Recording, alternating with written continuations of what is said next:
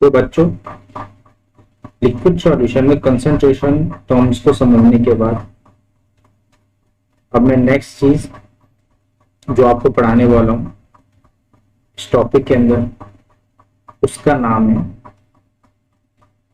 Paper pressure. Paper pressure क्या है, इसकी डेफिनेशन को रटने की कोशिश मत करना, ठीक है। जो मैं चीज आपको बता रहा हूं उसको ध्यान से उस कहानी को सुनना, ठीक है। आपको अपने आप समझ में आ जाएगा कि वेपर प्रेशर क्या है, ठीक है।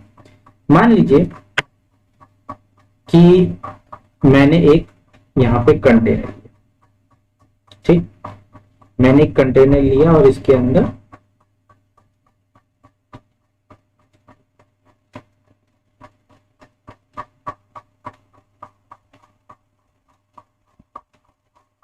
कोई लिक्विड भरा हुआ है, ठीक है। तो ये सवाल मैं आपसे पूछता हूं कि आपको क्या लगता है कि क्या इस लिक्विड में, इस लिक्विड की कोई वेपर प्रेजेंट होगा? अगर मान लीजिए कि ये टेम्परेचर नॉर्मल रूम टेम्परेचर पर अगर है तो, ठीक है। जैसे मान लीजिए कि एक बोतल है मेरे सामने, ठीक है। मैं ये बोतल दिखा देता हूं, ये बोतल है। क्या लगता है आपको कि ये जो पानी की बोतल है इसमें क्या उसके कुछ वेपर्स प्रेजेंट होंगे? जी, इसके वेपर्स प्रेजेंट होंगे। अब आप पूछेंगे, कुछ बच्चे का तो जवाब आ रहा है, तो जी हाँ, बॉटल के अंदर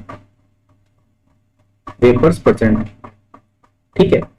अब ये कैसे हैं, क्या है, ये सारी चीजें मैं आपको बताऊंगा। देखिए बच्चों, अगर कोई भी लिक्विड होती है तो वो दो तरीके के होते हैं। एक वो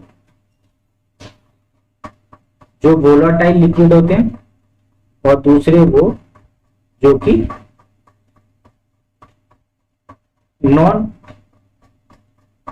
वोलाटाइल लिक्विड होते हैं। एक सेकंड जरा मैं इसको इरेज कर दूं। नॉन वोलाटाइल लिक्विड, ये दो तरीके के लिक्विड्स होते हैं, ठीक है। होता क्या है बच्चों, यहाँ वोलाटाइल लिक्विड्स जो होते हैं इनके जो पार्टिकल्स होते हैं, ठीक है, इनके पास टेम्परेचर की वजह से कुछ काइनेटिक एनर्जी प्रेजेंट होती है।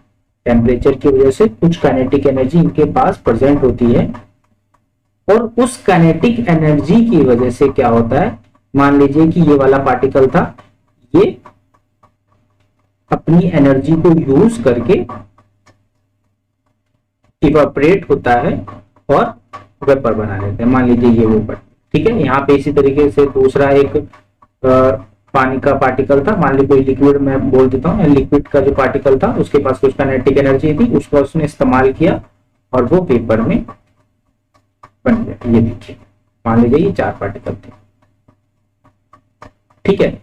ये वोलाटाइल था, इसके पास कुछ काइनेटिक एनर्जी थी जिसका इसने इस्तेमाल किया और ये लिक्विड सरफेस से अपनी एनर्जी को यूज करके वेपर बन गया, ठीक है।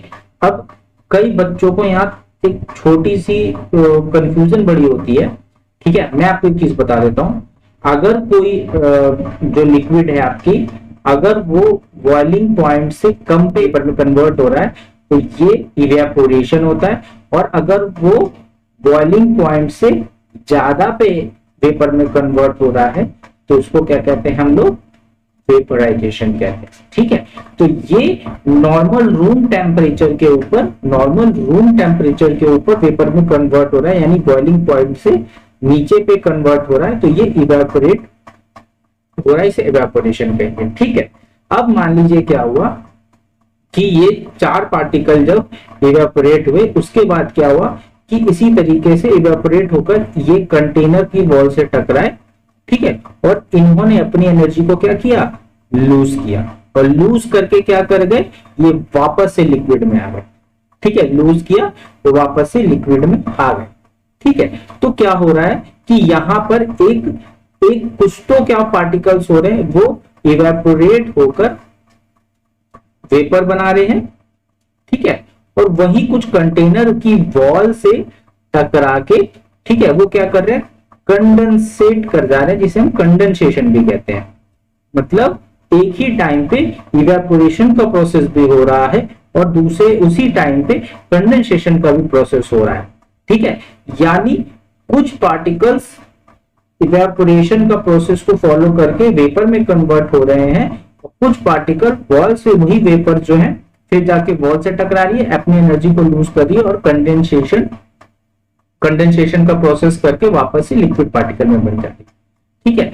तो बच्चों कभी ना शुरू में जब क्या होता है, शुरू के अंदर तो आपके वेपर्स बिल्कुल नहीं होते, लेकिन धीरे जब आप उसको कहते हैं उस जो लिक्विड का कंटेनर है उसको आप रख देंगे और उसको कुछ टाइम के लिए छोड़ देते हैं, तो फिर क्या होता है कि धीरे धीरे इवेपोरेशन का प्रोसेस शुरू होता है ना।